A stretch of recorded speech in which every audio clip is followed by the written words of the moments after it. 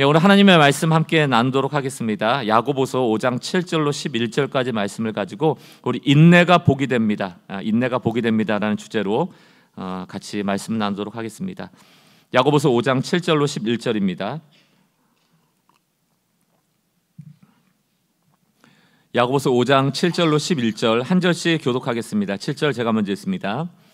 그러므로 형제들아 주께서 강림하시기까지 길이 참으라. 보라, 농부가 땅에서 나는 귀한 열매를 바라고 길이 참아 이른 비와 늦은 비를 기다리나니 너희도 길이 참고 마음을 굳건하게 하라. 주의 강림이 가까우니라. 형제들아 서로 원망하지 말라. 그리하여야 심판을 면하리라. 보라, 심판주가 문 밖에 서 계시느니라. 형제들아 주의 이름으로 말한 선지자들을 고난과 오래 참음의 본으로 삼으라. 함께 읽습니다. 보라, 인내하는 자를 우리가 복되다 하나니 너희가 욥의 인내를 들었고 주께서 주신 결말을 보았거니와 주는 가장 자비하시고 긍휼히 여기시는 이시니라. 아멘. 지난주부터 야고보는 이 결말로 향해 가면서 종말, 심판의 때, 주의 강림 이런 단어를 쓰면서 종말에 대한 이야기를 하고 있습니다. 지난주에도 우리가 돈을 쫓아가고 또 돈을 더 모으려 하고 또 남의 것을 빼앗으려고 하고 그러면서도 자기는 방종하고 사치하게 썼던 것들을 하면 안 되는 이유가 지금 그럴 때가 아니라는 것이죠. 종말이 다가오고 있는데 우리가 돈의 노예로 살아갈 때가 아니다. 하나님 바라봐야 된다. 이런 메시지를 전했습니다. 오늘 연장선상에서 야고보는 또 공동체를 향하여 주님이 다시 올 재림의 때를 강조하며 메시지를 전하고 있습니다. 5장 8절을 보십시오. 너희도 길이 참고 마음을 굳건하게 하라. 주의 강림이 가깝다. 9절 형제들아 서로 원망하지 말라. 그리하여야 심판을 면하리라. 보라, 심판의 주께서 문 밖에 서 계신다. 똑똑하고 들어올 때가 머지 않았다라는 겁니다.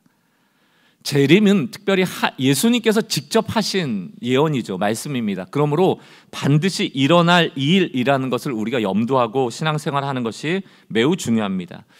참 안타까운 게 요즘은 교회 안에서 교리 그러면 뭐 기독론, 신론, 하나님이 어떤 분인가, 우리가 어떻게 구원받는가, 교회란 무엇인가, 성령은 어떤 분인가 이런 것들은 많이 강조하는데 정작 주님이 다시 오실 것이라는 종말에 대한 강조가 약해짐으로 인하여 현대인들이 더 돈을 쫓는 일들이 많아지는 것도 사실입니다. 주님이 오실 날을 믿고 믿지 않고는 그저 하나의 옵션과 같은 것이 아니고 천양지차의 믿음의 방향 또 그 믿음의 깊이를 좌지우지한다고 해도 과언이 아닙니다. 오늘 야고보는 인내에 대한 이야기를 하는 거예요. 왜냐하면 돈이 많은 사람들이 억압하고 핍박하고 차별하니까 세상 속에서 많은 가난한 사람들 입장에서 보면 힘든 것 아닙니까? 피곤한 것 아닙니까? 그때 인내하라는 이야기를 강조하는 거예요. 특별히 강림의 때 종말과 인내를 연결해서 설명하는 겁니다. 사실상 이미 야고보서는 1장부터 이 주제 자체가 인내이기도 합니다. 1장 2절에서 우리가 처음에 뭐라고 말씀을 읽었었습니까? 내 형제들아 너희가 여러 가지 시험을 당하거든 온전히 기쁘게 여겨라. 이해가 안 됐죠. 그런데 3절 말씀 보니까 이는 너희의 믿음의 시련이 인내를 만들어내는 줄 너희가 알미라. 4절 인내를 온전히 이루어라. 신앙의 목표가 인내라고 해도 과언이 아닐 정도로 인내를 온전히 이루면 이로 너희로 온전하고 구비하여 조금도 부족함이 없게 할 것이다. 이렇게 말하고 있는 것이죠. 여러분 인내해야 될 이유가 많습니다. 신앙은 세상에 대한 저항이거든요.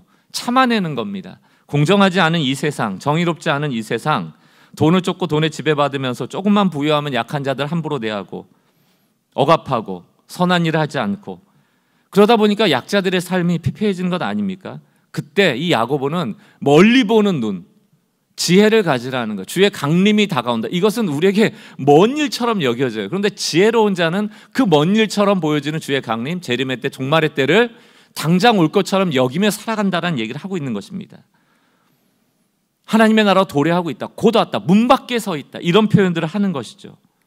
우리는 육체의 죽음이 끝났다라고 여기는 많은 세상 사람과는 달리 죽음 이후에 또 다른 삶이 있다는 것을 아는 것이 믿음이고 그때를 기다리고 있는 것이 이 땅에서의 신앙이죠. 보복하려는 복수심이나 부자가 되지 못한 억울함으로 절망하지 말고 인내하며 지금 오고 계시는 하나님의 나라, 문 밖에서 두드리고 계시는 주님의 재림을 보라는 것입니다.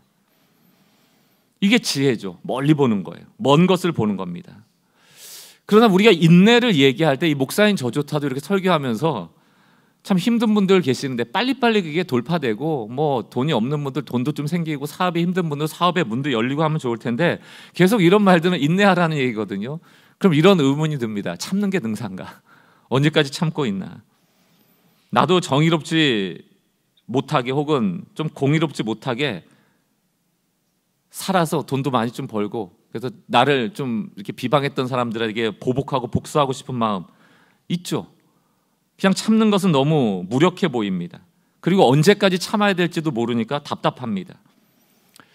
오늘 야고보서는 똑같아요. 인내는 다 어렵습니다. 이런 인내의 상황에 놓여 살아가는 현대인들을 향하여서 성경이 말하는 인내가 무엇인지를 우리가 발견함을 통하여서 좀 올바른 인내의 의미를 찾고 지금 참다 시험의 목전에 와 계신 분들에게 좀 이렇게 치유를 드리고 또 위로를 드리고자 하는 목적이 이 말씀이라고 생각이 듭니다. 이 말씀을 통하여서 좀 다시 살아갈 용기를 얻는 주의 백성들 되길 주의 이름으로 축원합니다. 세 가지를 살펴볼 텐데요. 첫 번째, 성경이 말하는 인내는요, 귀한 열매를 보면서 인내하라는 거예요. 귀한 열매가 있다는 겁니다. 귀한 열매, 앞으로 기다리면 올 열매가 귀하다. 야고보서 5장 7절. 그러므로 형제들아 주께서 강림하시기까지 길이 참으라 하면서 비유를 들죠. 보라, 농부가 땅에서 나는 뭘 바랍니까? 허접한 열매가 아니에요. 이 사람에게는 이 모든 시간을 들여서 얻어야 될 너무나도 소중한 열매가 있다는 겁니다. 그러기 때문에 두 번째, 길이 참아라. 이른 비와 늦은 비를 기다려라. 이렇게 얘기하는 것이죠. 농부가 농사를 짓는 이유는 귀한 열매를 얻기 위한 것입니다. 열매가 귀하지 않다면 그렇게까지 애쓰고 힘써서 농사를 지을 이유가 없죠. 또 열매를 귀하게 여긴다고 그 열매를 얻기를 원한다고 해서 다 얻을 수 있는 것도 아닙니다. 왜냐하면 그 귀한 열매를 얻기 위하여 농부가 할 수 있는 게 있고 할 수 없는 게 있어요. 할 수 있는 것은 성실함입니다. 뭐 씨를 뿌리고 뭐 비료를 주고 가지치기를 하고 뭐 그런 여러 가지 농부가 할 수 있는 일, 그게 있죠. 그러나 아무리 귀한 열매를 얻고 싶어도 아무리 본인이 할 수 있는 최선을 다해도 농부로서 할 수 없는 일이 있어요. 그게 뭡니까? 비죠. 비가 안 오는 것을 오게 할 수도 없고요. 비가 막 쏟아부어서 홍수가 나는 것을 막을 수도 없습니다. 그건 우리의 영역이 아니라는 것이죠. 비가 안 오면 어떻게 해야 돼요? 비 오기를 기다려야 돼요. 비가 많이 오면 어떻게 해야 됩니까? 비가 그치기를 기다려야 돼요. 기다린다는 것은 우리가 할 수 없는 영역이기 때문에 기다리는 겁니다. 그러므로 이 기다림도 농부의 매우 중요한 덕목이죠. 성실해서만 되는 게 아니고 기다릴 줄 알아야 된다. 오늘 야고보가 우리에게 말하는 메시지도 똑같습니다. 성경이 말하는 인내에 대해서 조금 설명을 드리자면 성경에서 인내라는 것은 수동적이고 무기력한 자포자기와는 좀 다릅니다. 뭐 할 게 없어서 어쩔 수 없어서 그냥 기다리는 식의 기다림이 아닙니다. 성경이 말하는 기다림은 비를 하나님이 주신다는 믿음으로 나가는 거예요. 비를 하나님이 주심을 믿고 하나님을 의지하고 신뢰함으로 비를 기다리는 겁니다. 그러니까 안 오니까 에이, 오든지 말든지 이런 게 아니고 하나님이 하나님의 때에 비를 주실 것을 믿고 기다리는 거죠. 하나님 없는 무력함이 아니라 하나님과 함께하는 기다림이 바로 성경이 말하는 기다림입니다. 야고보서 5장 7절을 보세요. 그러므로 형제들아 주께서 강림하시기까지라고 되어 있잖아요. 그럼 여기서 이 정한 기한은 무기력하면 이런 거죠. 뭐 오시든 말든 뭐 오지 않을 수 있지만 뭐 그런다고 어떡하겠어. 이런 게 아니고 예수님이 오시겠다라고 했으면 온다는 믿음을 가지고 그때까지 기다린다는 거예요. 차이가 있죠. 이건 자포자기나 무력함이 아니고 하나님의 약속을 의지하고 신뢰하는 믿음 가운데서 기다린다는 것, 그것이 다른 것입니다. 마치 비를 반드시 주시는 하나님을 의지할 때 비를 주심으로 열매 맺게 하듯 주님께서도 반드시 강림하실 것이고 그러면 우리의 문제도 해결되어진다는 것을 강조하고 있습니다. 여러분 지금 뭐 가뭄도 우리가 살면서 있고 홍수도 있었지만 뭐 사과 못 드신 적 있어요? 매해? 쌀 못 드신 적 계십니까? 그게 우연처럼 보이고 뭐 농부들이 열심히 하신 것도 있겠지만 이런 장마도 주시고 때로는 또 해만 쨍쨍 내리쬐는 그런 가뭄과 같은 때도 주셔서 적절하게 곡식이 물도 먹고 혹은 물 없이 당도도 높이고 하는 시간들이 다 거쳐져서 우리가 매해 먹고 있는 것 아닙니까? 거저 주어지는 것이 아닙니다. 하나님의 때에 적절하게 늦은 비와 이른 비를 주신다는 것이죠. 그러므로 주의 강림도 반드시 온다. 이것을 믿으라는 얘기입니다. 예수님의 십자가를 한번 생각해 보십시오. 예수님이 당한 십자가의 고난은 부당한 고난입니다. 예수님 죄가 없었어요. 죄를 뒤집어 씌운 것이죠. 그러나 예수님은 인내하십니다. 그 부당한 고난을 저항하거나 대항하지 않고 그냥 받아들이시는 것이죠. 제가 이렇게 정리해 봤습니다. 예수님의 참음은 죄와 불의에 동의하거나 굴복한 것이 아니에요. 오히려 죄를 심판하고 구원하려는 하나님의 계획에 자신을 맡긴 것이죠. 이것을 우리는 능동적 순종 혹은 능동적 인내라고 말합니다. 외부의 환경과 억압에 굴복해서 하는 인내가 아니에요. 굴복해서 하는 순종이 아니고 하나님의 계획과 뜻이 있기 때문에, 그분의 약속을 믿기 때문에 기다리는 겁니다. 주의 강림의 때가 있기 때문에 기다리는 거예요. 이게 큰 차이가 있습니다. 능동적 인내, 환경이나 압박에 굴복하는 인내가 아니고 하나님을 신뢰함으로 기꺼이 하는 인내, 이게 성경이 말하는 인내입니다. 이 대표적인 예가 구약에 나오는 하박국이에요. 하박국이라는 선지자가 활동을 하던 시기는 언제냐면 이미 북이스라엘은 패망을 했고요, 남유다의 요시야 왕이 통치하던 때인데 참 칭찬 들었던 왕입니다. 요시야는 우상도 버리고 종교개혁을 단행한 왕인데 전쟁 중에 이 요시야가 죽어버려요. 여러분, 우리가 이렇게 상식적으로 보면은 아니 하나님이 이 남유다를 잘 되게 하시려면 요시야 왕 같은 사람 오래 살려둬야죠. 그래서 끝까지 종교개혁 시켜야죠. 그런데 요시야 왕이 죽어요. 그러니까 유다 백성들이 얼마나 절망이 크겠습니까? 특히 하박국 같은 사람은 도대체 하나님, 이 요시야를 통하여 이스라엘을 다시금 부흥하기 너무 좋은 때인데 왜 죽도록 두십니까? 그리고 그것 때문에 피폐해진 남유다를 향하여 왜 이렇게 유다 백성들을 하나님 괴롭히십니까? 이 볼멘 소리를 하는 게 하박국이거든요. 하박국 1장 2절을 보십시오. 여호와여, 내가 부르짖어도 주께서 듣지 아니하시니 어느 때까지리까? 하박국 답답한 거예요. 하나님 도대체 왜 이러세요? 내가 강포로 말미암아 외쳐도 주께서 구원하지 아니하십니다. 답답한 마음이죠. 그때 하나님이 하박국에게 뭘 알려주십니까? 2장 3절입니다. 이 묵시는 정한 때가 있나니 그 종말이 속히 이르겠고 결코 거짓되지 아니하리라. 비록 우리 눈에는 더뎌 보일지라도, 우리 눈에는 지체되어지는 것처럼 보이고 우리들 눈에는 왜 지금이지라고 나의 때와 다른 것 같아도 비록 더딜지라도 기다려라. 지체되지 않고 반드시 응하리라. 하나님의 계획이 있다는 얘기예요. 그러니까 우리의 인내는 그냥 막연하게 왜 하나님 요시야를 데려가셨지? 왜 이렇게 바벨론의 힘 앞에 풍전등화를 만드시지? 에휴, 될 대로 되라. 그게 아니에요. 그냥 죽을 날 받아놓고 아무것도 할 수 없는 그런 게 아니고 오늘 약속이 있잖아요. 하나님 정한 때가 있어. 나의 때가 있어. 정말 이 끝이 반드시 올 거고 너희 눈에는 더딘 것처럼 보이지만 절대로 나는 지체하지 않아. 반드시 응할 것이다. 여러분, 우리 믿음은요, 발효의 시간이 필요한. 발효가 뭡니까? 뭐 빵 만들 때도 부풀리는 때가 필요하잖아요. 그냥 빵 만들어 버리면 작품이 안 되잖아요. 발효의 시간을 통하여 성숙되어지고, 이 인내가 바로 그 발효의 시간입니다. 하나님의 뜻이 보여질 때까지 기다림의 시간이죠. 그럼 초대교회도 살펴보십시오. 왜 하필이면 12제자예요? 그것도 별로 능력도 없잖아요. 예루살렘의 중앙 안에 있는 무슨 유력한 자들이 아니잖아요. 거기다 왜 12명입니까? 막 기적 베풀어가지고 12,000명 데리고 다니면 하나님 나라 더 빨리 올 수 있는 건 아니에요? 아니세요. 예수님의 사역은 어느 책 제목처럼 한 번에 한 사람씩입니다. 단체로 뭘 하질 않으세요. 잘. 한 번에 한 사람. 사마리아 여인 한 번 만나고 문둥병자 한 번 만나고. 우리 눈엔 너무 더뎌 보이거든요. 그러나 발효할 시간이 필요하다. 그 발효의 시간의 핵심은 하나님의 때를 기다릴 줄 아는 거예요. 우리는 자꾸 내 때에 하나님을 개입시키려는 기도를 할 때가 많아요. 그런 요구를 할 때가 많지만 하박국이 그 요구한 거 아닙니까? 아이 요시야 왜 죽어요? 하나님 지금 역사해 주셔야 돼요. 근데 역사는커녕 지금 바벨론에 포로 끌려가게 생겼는데요. 근데 하나님이 그 시간을 보고 계시는 거예요. 알고 계시는 거예요. 기다리라는 얘기입니다.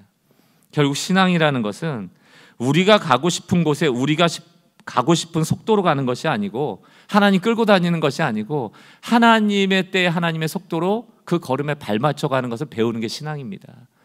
제가 그 페이스북 같은 데도 늘 써 있습니다. 제 목회의 모토 같은 거죠. 하나님의 뒷모습을 바라보며 걸어가겠다, 이런 거거든요.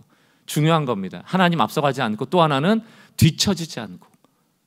이 두 가지가 저에게는 매우 중요한 목회적 방향이거든요. 우리가 신앙에 문제가 생길 때를 보면 발효되지 않은 채 나의 시간대로 조급함에 끌려 무언가를 하려 할 때 문제가 생깁니다. 예전에도 이 설교 드렸잖아요. 사람은 일이라고 표현하고 성령은 열매라고 표현한다고. 일은 이벤트예요. 우리가 막 화내고 막 돈 빨리 벌고 싶어하고 결과가 빨리 내고 싶어하고 이런 다 이벤트입니다. 일이거든요. 그러나 하나님이 우리 안에서 역사하실 때 나타나는 것들은 열매입니다. 일과 열매의 차이는 뭡니까? 시간이에요. 화나면 때리는 거, 이거 일입니다. 이거 시간이 필요 없죠. 화 내버리면 되니까. 참는 거는 시간이 필요하죠. 누구 미워한데 여러분 그 용서하려고 참아보세요. 며칠 몇 날을 밤새워가며 속 끓이며 그렇게 인내하는 거 아닙니까? 거기서 성령의 열매가 걷어지는 거예요. 열매는 시간이 필요합니다. 기도도 마찬가지입니다. 기도를 통해 하나님이 나를 다루어 가시기 원하는데, 나라는 인간이 얼마나 바뀌기가 힘듭니까? 그 시간이 걸리는 거예요, 여러분. 응답되는데도. 나 때문이에요, 나 때문에. 나 다루어 가시는 시간이 기도인데, 우리는 반대로 생각하잖아요. 하나님의 능력을 이용해서 빨리빨리 내가 원하는 것들, 내 속도대로 되어지기를 바라다 보니까 그게 이제 뭐 기도 응답받는 방법, 비법, 이런 책에만 자꾸 눈이 가는 좀 얕은 신앙인들, 약삭빠른 종교인들 되어버린 것 아니겠습니까? 하나님의 시간을 배워가야 합니다. 시편 37편을 보세요. 잠시 후에는 악인이 없어지리니. 우리 눈에는 긴 시간이고 우리 눈에는 악인이 판치고 살아가는 것 같지만 하나님의 시간표는 있다니까요. 하나님의 시간표는 잠시 후라니까요. 악인이 없어지는데 너가 그곳을 살펴봐도 이게 어떻게 된 일이야? 어떻게 이런 일이 일어날 수가 있지 할 정도로 흔적도 없어질 거다. 하나님 약속입니다. 그때까지 참고 기다리는 자는 이걸 볼 거란 얘기입니다. 히브리서 10장 36절. 너희에게 인내가 필요함은 너희가 하나님의 뜻을 행한 후에 약속하신 것을 받기 위함이라. 이 인내는 약속이 포함되어 있는 겁니다. 막연한 게 아니에요. 무기력한 게 아니에요. 자포자기가 아니에요. 능동적 순종이에요. 약속이 있기 때문에 하는 인내입니다. 37절. 잠시 잠깐 후면 오실 이가 오시리니 지체하지 아니하시리라. 왜 신앙이 약화됐을까? 2000년 역사 동안 안 왔잖아요. 우리 눈에 2000년은 긴 시간이잖아요. 하나님께는, 하나님의 시간표에는 그렇지 않다는 얘기입니다. 나의 때에 올 거야. 사랑하는 성도 여러분, 우리 보기엔 더딘 것 같아 인내하기가 힘드신 분이 계실 겁니다. 그러나 하나님의 시간표는 있다. 하나님의 시간표는 있다. 하나님의 시간표 안에 반드시 이룰 것은 이루신다. 하나님의 시간의 개념에서는 지체하지 않으신다. 지체하실 이유가 없다. 이걸 믿는 믿음이 필요한 것이죠. 결국 하나님께서 정한 때가 있다라는 하박국을 설득했잖아요. 정한 때가 있어. 지체하지 않고 올 거야. 반드시 갈 거야. 거기에 설득된 하박국의 위대한 고백이 뭡니까? 우리가 잘 아는 말씀이죠. 3장 17절 18절. 비록 무화과 나무가 무성하지 못하며 포도나무 열매가 없으며 감람나무 소출이 없으며 밭에 먹을 것이 없으며 우리의 양이 없으며 외양간소가 없으며, 우리는 이게 괴로운 거잖아요. 있게 되길 바라는 거고 없는 동안 다 인내하고 계시는 거잖아요. 힘든 거잖아요. 그러나 하박국은 이제 길게 기다릴 결단을 합니다. 내 뜻대로 되는 게 아니구나. 내 시간표가 아니고 하나님의 시간표를 우린 기다려야 하는 존재구나. 마치 늦은 비와 이른 비가 우리의 뜻대로 내려질 수 없는 것처럼. 18절 뭐라고 얘기합니까? 나는 여호와로 말미암아 즐거워하며 나의 구원의 하나님으로 인하여 기뻐하리로다. 매우 중요한 메시지입니다. 이 얘기가 뭡니까? 그냥 기다릴게요. 하나님의 약속을 믿고 기다릴게요. 하박국의 능동적 인내입니다. 이렇게 정리해 보겠습니다. 하나님의 시간표에 나의 발걸음을 맞추기로 결정하는 것이 바로 능동적 인내입니다. 하나님이 안 계시다면 저주죠. 하나님의 시간표가 없다면 저주죠. 그러나 하나님 없는 무력한 자포자기가 아니라 하나님과 함께하는 소망의 인내임을 믿고 능동적 인내의 사람 되시길 주의 이름으로 축원합니다. 두 번째로 성경이 말하는 인내는요, 2번 선지자들의 인내한 삶을 따라가라는 거예요. 선지자들의 인내를 보면 우리가 해야 될 인내가 보인다는 얘기입니다. 선지자가 누굽니까? 자기 주장하며 살았던 사람이 아니고요, 하나님의 말씀을 받아서 말했던 사람입니다. 대언자들이죠. 그러니까 선지자들도 사람이니까 하나님의 말씀이 오고 하나님의 뜻이 와서 말하라고 하는데 다 동의가 됐겠습니까? 다 이해가 됐겠어요? 그 이해가 안 되는 것도 있었겠죠. 그러나 선지자는 뭐예요? 하나님께 받은 말을 말하는 거예요. 하나님께 받아 말하는 사람이 선지자거든요. 그러니까 말하는 기능으로 뽑힌 겁니다. 그러니까 너의 주장, 너의 생각 필요 없고 하나님께 받아 말하는 거예요. 그러니까 얼마나 싫은 말이 많겠어요, 세상 사람들이. 특히 기득권인 왕들한테 막 얘기하는데 그 누가 좋아할 사람이 있습니까? 또 막 포로로 끌려간다는데 백성들이 누가 좋아하겠어요? 그러니까 선지자들의 말은 저항이 심했습니다. 야고보서 5장 10절을 보세요. 형제들아, 주의 이름으로 말한 선지자, 하나님께 받아 말한 선지자, 그들이 어땠다? 고난받았다는 거예요. 참아야 했다는 겁니다. 그걸 본으로 삼으란 얘기예요. 그러니까 우리가 하나님의 뜻 때문에 인내할 때 찾아오는 고난을 감수하란 얘기입니다. 예레미야 같은 사람은요, 왕에게 늘 제거 대상 1호였습니다.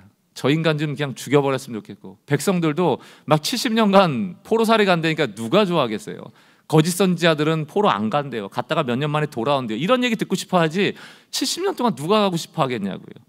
예레미야 18장 18절을 세 번역으로 보세요. 백성이 나를 두고 이르기를, 예레미야가 듣는 얘기입니다. 이제 선지자 예레미야를 죽일 계획을 세우자. 지금 죽일 계획을 하는 겁니다. 이 사람이 없어도 우리에게 율법을 가르쳐줄 제사장, 누굽니까? 가짜 제사장이죠. 지혜를 가르쳐줄 현자, 거짓 현자죠. 있으며 말씀을 전하여 줄 예언자, 이것도 가짜 예언자입니다. 그러니 어서 우리의 혀로 그를 헐뜯자. 그가 하는 모든 말을 무시하여 버리자 합니다. 예레미야는 좋아서 하는 거예요. 지금 나도 모르겠다고, 나도 가기 싫다고, 나도 바벨론 포로 가는 걸 누가 좋아하겠고, 왕 앞에 가서 직설하는 걸 누가 좋아하겠어요? 목숨을 내놓고 하는 건데. 그러니까 예레미야는 늘 울었다고요. 너무 힘들었다고요. 그래서 참는 거예요. 왜 참습니까? 하나님께 온 말이 있으니까. 내 말이 아니에요. 내 주장이 아니에요. 하나님께 끌려 살아가는 인생입니다. 결국 예레미야는 구타도 당했고요, 감옥에도 갔고요, 웅동에 빠져 죽는 위험도 다 견뎌야 됐습니다. 그럼에도 불구하고 하나님이 말하셨기 때문에 하는 거예요. 이걸 인내하는 겁니다. 여러분, 믿음이 뭘까요? 믿음은 결국 인내하게 만드는 겁니다. 언제 인내할 수 있는가? 제가 믿음에 대하여 예전에 설교했던 좀 영어 문장 2가지를 비교하려고 합니다. 뭐 쉬우니까요. 이 주어를 바꿔야 되는 측면에서 매우 중요한 메시지입니다. Great faith인 것이 아니에요. 그러니까 우리는 나의 주어가 많아요. 하나님을 믿는 위대한 믿음. 내가 위대해야 돼. 내 믿음이 위대해. 그게 아니고 내 믿음은 위대한 하나님을 믿는 거예요. 하나님이 위대하신 거예요. Faith in great God. 하나님 위대하시다니까요. 우리는 자꾸 내 믿음, 내 믿음, 내 믿음. 다 자랑만 하고. 내가 주어가 되면 실패합니다. 하나님이 위대하셔야죠. 내 믿음은 작아도 그분이 위대하셔야죠. 이 작은 믿음을 통하여 위대한 하나님이 역사하셔야죠. 여러분, 이거 차이를 인정하시는 게 믿음인데요, 하나님의 위대함을 볼 때 비로소 우리는 인내할 수 있다. 그분에게 우리의 삶을 맡길 수 있다. 여러분들 어떠한 이유에서든지 지금 뭐 인내의 시간을 보내고 계신 분이 계실 줄 압니다. 내 믿음 키우려고 해봐야 소용이 없어요. 하나님을 위대하게 보는 믿음의 눈이 커지는 수밖에 없습니다. 그게 우리를 인내하게 하거든요.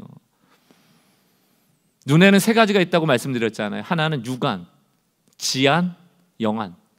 육안은 뭡니까? 사물을 보는 거예요. 사물을 본다고 모든 걸 아는 건 아닙니다. 우리 중고등학교 때 다 경험하셨잖아요. 시험지 글자는 다 잘 봤잖아요. 풀려요?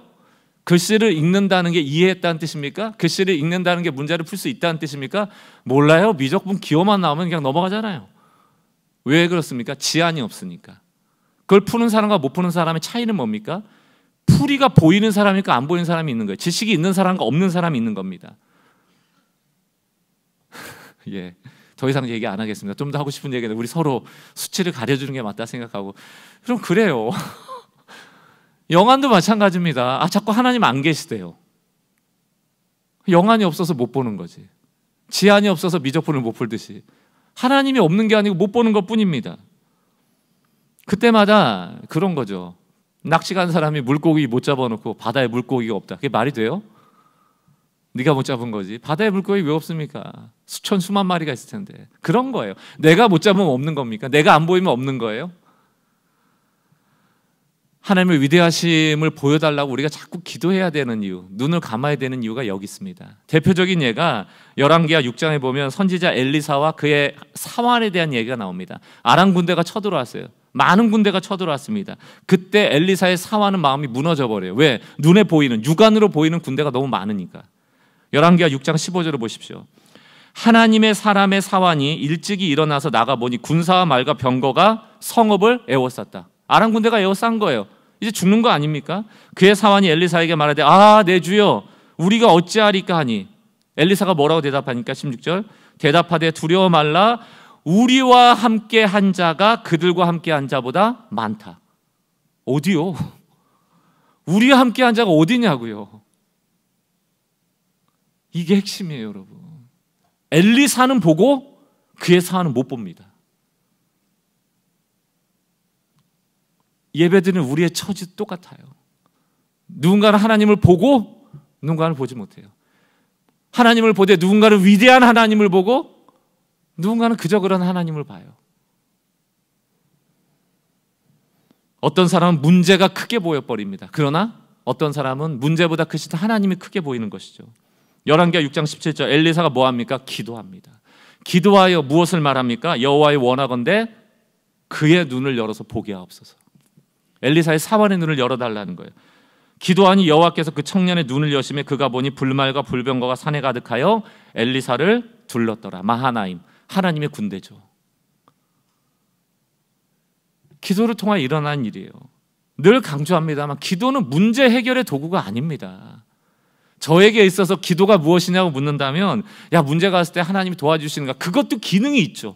우린 유한한 인간이니까 하나님의 도움을 받아야 될 그 순간순간들이 있지만 그 기도의 진짜 핵심은 우리가 바뀌는 거거든요. 여러분, 하나님을 위대하게 보지 못하는데 문제가 해결되면 뭐합니까? 하나님의 핵심은 이 기도를 통하여 응답을 통하여 하나님의 위대함을 보게 하는 거거든요. 다시 말하면 기도는 우리의 관점을 바꿔놓는 능력이에요. 눈을 뜨고 있으면 세상밖에 안 보입니다. 눈을 감으면 그때부터 실체가 보여요. 그 문제가 그렇게 크지 않았구나가 기도할 때 보입니다. 왜? 하나님이 크시기 때문에. 기도는 그런 겁니다. 하나님의 크심을 보기 때문에 내가 눈 뜨고 경험했던 이 문제가 그 앞에서 작아지는 걸 경험하는 거예요. 기도 안 하면요, 하나님 위대하시면 안 보이죠. 문제가 크게 보입니다. 종이 호랑이인데 호랑이처럼 보이기 시작하고 우리를 위축시키고 우리의 판단을 마비하기 시작하는 것이죠. 그래서 여러분, 가족을 위해서도 기도해야 됩니다. 여러분들의 그 미움이 혹은 모르겠습니다. 가정마다 있는 다툼이 어쩌면 기도하지 않아서 일어난 일인데, 기도하지 않아서 일어난다는 의미는 기도하면 잘 됐을 텐데 일이 잘 안 돼서 가족이 힘들다 이런 거라기보다는 기도하면 우리 아내의, 우리 남편의, 우리 자녀의 실체가 보인다고요. 공부 못하는 아이가 짜증나는 게 아니고 기도하면 하나님의 긍휼의 눈이 오면 이 아이가 얼마나 힘겹게 이 시대를 살아가고 있는지가 보인다고요. 그 아버지의 마음이 오지 않으면 우리는 아이를 닥달할 수밖에 없고요. 세상과 비교할 수밖에 없고요. 못한다고 막 치대면서 혼내면서 학원 보내고 그게 전부인 줄 알고 살아갈 수밖에 없어요. 그거는 하위 레벨의 삶입니다. 저는 기도하면 반드시 상위 레벨의 삶이 있다고 믿고 그걸 올라오셔야 돼요. 그게 언제 일어납니까? 결국 기도를 통하여 우리 아이를, 우리 배우자들을 바라보는 눈이 바뀌어야죠. 사랑하는 성도 여러분, 결국 선지자는 하나님의 위대하심을 보고 그를 크게 보는 믿음의 눈을 가지고 걸어갔던 사람이에요. 인내했던 사람이죠. 아무리 나를 핍박하는 사람이 있어도 하나님이 위대하시고 하나님의 말씀이 큰데 어찌 말하지 않을 수 있습니까? 그것이 선지자를 통하여 우리가 배우는 인내인 것입니다. 세 번째, 인내하는 삶이 복이래요. 인내하는 삶이 복이랍니다. 우리는 인내가 뭐라고 생각해요? 고난이잖아요. 혹은 인내는 우리의 상황이 좋지 않기 때문에 좀 나를 불행하게 하고 나를 비참하게 하는 때가 바로 인내할 때라고 여길 때가 많잖아요. 그래서 성경은 뭐라고 얘기합니까? 인내하는 자가 복이 있다. 야고보서 5장 11절 상반절입니다. 보라, 인내하는 자를 우리가 복되다 하나니. 인내가 복이래요. 세상의 복과 성경의 복은 차이가 있습니다. 세상의 복은 언제 복입니까? 더 많이 가졌을 때, 나의 상황이 좋을 때, 그러니까 더 많은 것을 가졌다, 내 상황이 좋다, 이런 게 복이잖아요. 근데 성경이 말하는 복은 그것과 상관이 없어요. 너가 지금 하나님께 붙잡혀 있는가, 하나님과 함께 하는가, 너가 하나님을 얼마나 깊이 하는가, 이런 거에 복입니다. 하나님과의 친밀도가 복이에요. 그게 성경이 말하는 복입니다. 정리를 해드릴게요. 복이란 상황이 아니고 하나님과의 관계다. 그러니까 우리가 아무리 많은 걸 가졌어도, 우리가 아무리 좋은 상황에 놓여 있어도 하나님이 안 계시다, 하나님 없는 결정을 한다, 하나님 없이 살아간다, 그럼 불행한 거예요. 때로는 여러분이 가진 것이 저주가 될 수도 있다는 얘기입니다. 예수님이 이 땅에 오셔서 산상수훈에서 팔복을 얘기하시는데 대표적인 게 뭡니까? 가난한 게 복이라며요. 애통하는 게 복이라며요. 아니 어떻게 우는 게 복이고 가난이 복입니까? 세상적으로 봤을 때 가난은, 또 애통하는 슬픔은 절대로 복이 아니죠. 그러나 성경은 왜 복이라고 얘기합니까? 그 가난 자체, 그 슬픔 자체는 세상에 봤을 때 너 참 안 됐다, 그럼 복이 아니다라고 얘기할 수 있지만, 그 가난으로 인해, 애통함으로 인해 하나님께 가기 때문에, 그것이 하나님을 만나게 하기 때문에, 그것이 하나님을 찾게 하기 때문에, 그것을 통하여 이전보다 하나님을 더 깊이 알 수 있기 때문에 그게 복이란 얘기예요.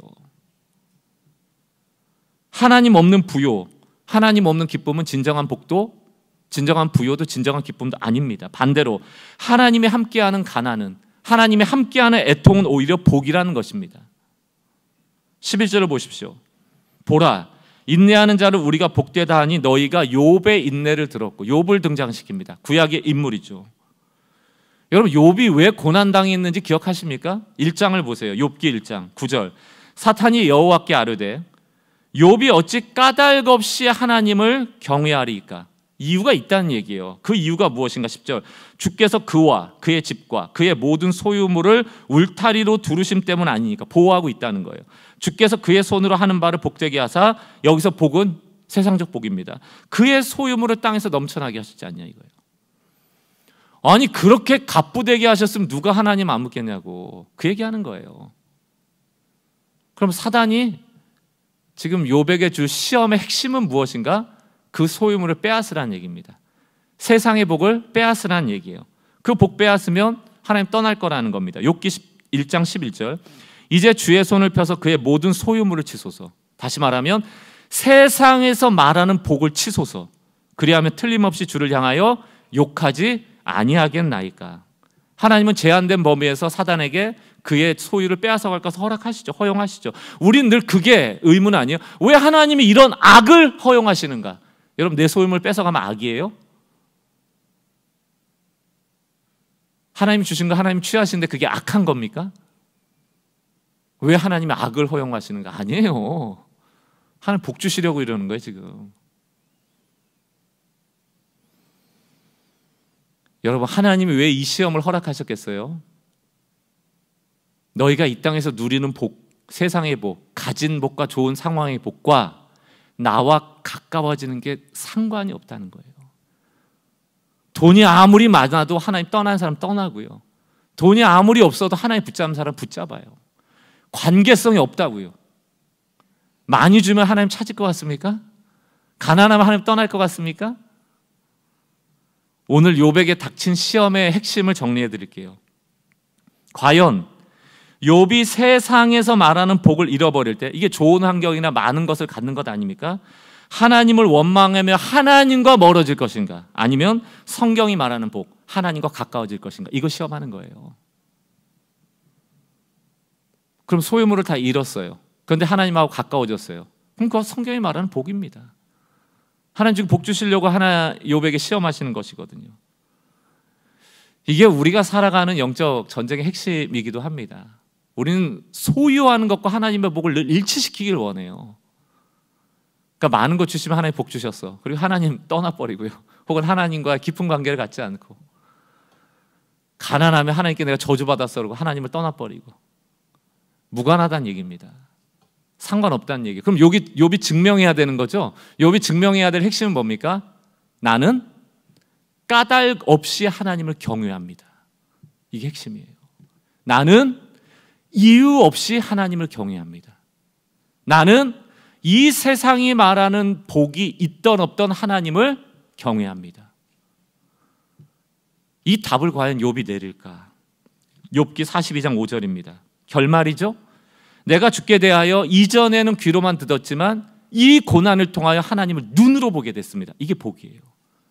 하나님을 더 깊이 알게 됐잖아요. 하나님과 더 친밀하게 됐잖아요.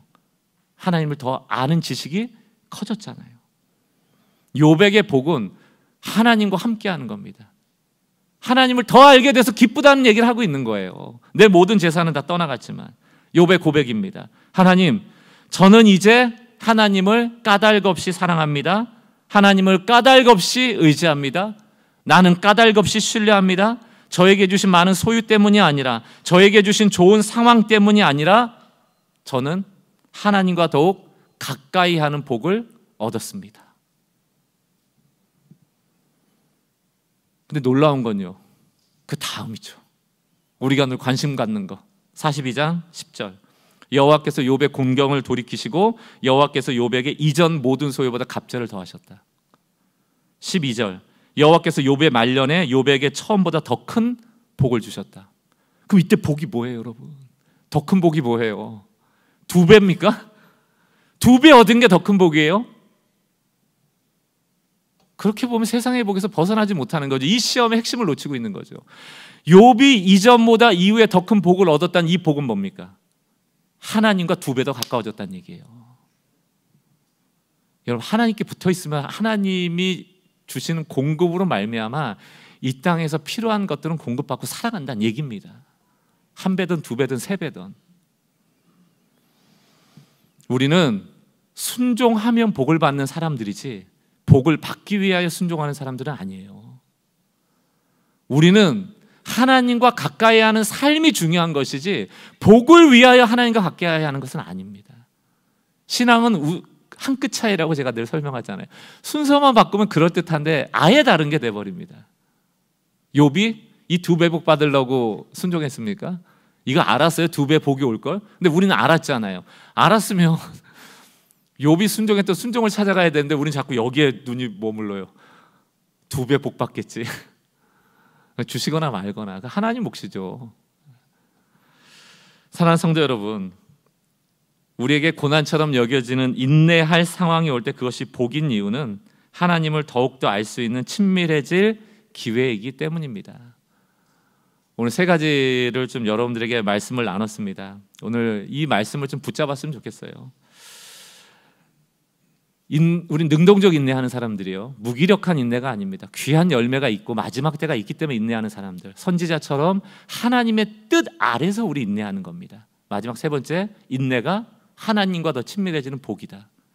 여러분, 우리가 누가복음에 보면 탕자 이야기 잘 아시는데 다 호랑방탕하게 돈 쓰고 온 탕자를 아버지가 받아주니까 첫째 아들이 화가 났잖아요. 나는 아버지 옆에서 평생 동안 노예처럼 일했는데 염소 새끼 한 마리 안 잡아주다가 재산 다 탕진하고 온 왜 이 동생은 이렇게 잔치를 벌여주냐 그랬거든요.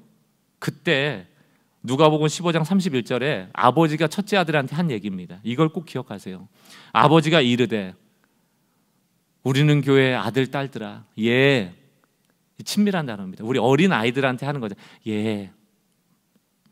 너는 나와 항상 함께 한다. 그럼 나의 것이 다 너의 것이다. 첫째 아들은 이걸 몰랐어요. 그냥 열심히 일하면 일한 대가만큼 나한테 주니까 내가 열심히 일해야만 아버지께 받을 수 있다라는 종 의식이 있었습니다. 근데 아버지는 그런 생각이 있었어요, 없었어요? 없었다고요. 야, 첫째 아들, 너 첫째잖아. 나하고만 있으면 내 건 다 너 거야. 나는 아낄 생각이 없어. 너한테 안 줄 생각이 없어. 이게 로마서 말씀 아닙니까? 그 아들 아끼시니까. 왜 우리에게 아끼시겠냐고요. 중요한 건 뭡니까? 하나님과 우리가 붙어 있는가? 그분을 능동적으로 약속을 믿고 신뢰하고 있는가? 나에게는 그분의 약속이 있는가? 말씀이 있는가? 이게 너무 중요한 겁니다. 지금 인내의 길을 걸어가시는 분들, 우리에겐 지체되는 것처럼 보이고 차라리 빨리빨리 시간이 안 가는 것처럼 보이지만 하나님의 시간표가 있고 그분의 뜻은 반드시 응하게 된다.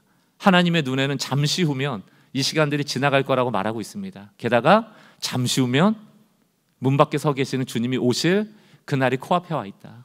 우리가 그 믿음을 가지고 오늘 이 땅의 삶을 인내해 나가는, 또 하늘의 자원을 충만히 누리시는 하나님의 자녀들 되시기를 주의 이름으로 축원합니다. 우리 같이 한번 찬양하고 기도하겠습니다.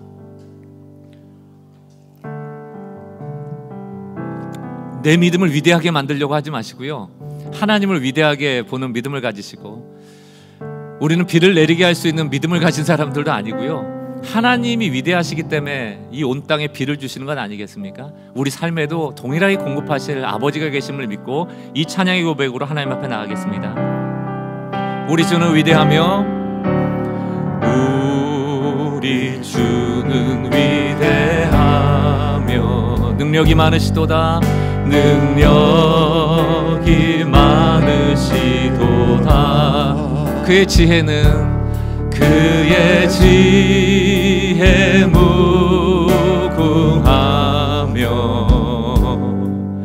인자는 아멘. 우리를 사랑하여 주시니 감사합니다. 상한 자들 고치시며 상한 자들 고치시며 상처를 싸매시도다. 아멘. 아멘. 별들의 수를 우리의 인생을 아십니다. 하나님의 때 하나님의 시간을 기다립니다. 그가 구름으로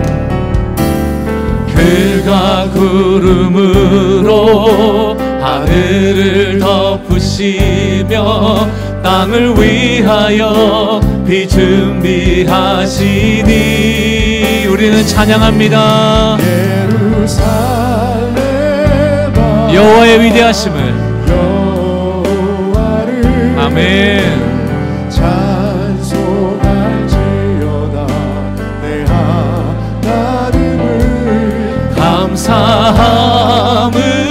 감사함으로 그 앞에 나가며 주 임재 앞에 우리 처음부터 다시 한번 찬양합시다. 하나님만 위대하십니다. 우리 주는 위대하며 능력 많으시도다. 능력이 많으시도다. 아멘. 그의 지혜 무궁하며 인자는 영원하도다. 인내하며 상한 마음들이 있습니다. 상한 자들 고치시며 그 상처를 싸매시도다. 상처를 싸매시도다. 우리의 상황을 잘 아십니다. 별들의 수를 아멘. 우리의 이름을 아시는 주님, 이름을 붙이셨도다. 아멘. 그가 구름으로 하늘을 덮으시며 땅을 위하여 비 준비하시 그가 구름으로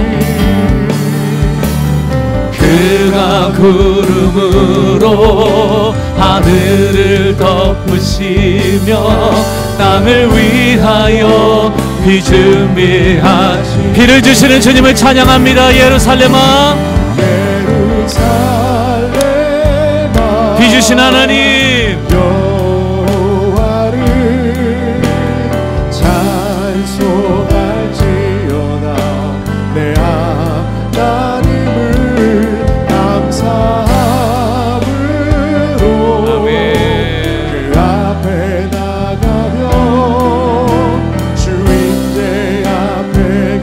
다시 한번 주님을 찬양합시다. 예루살렘아,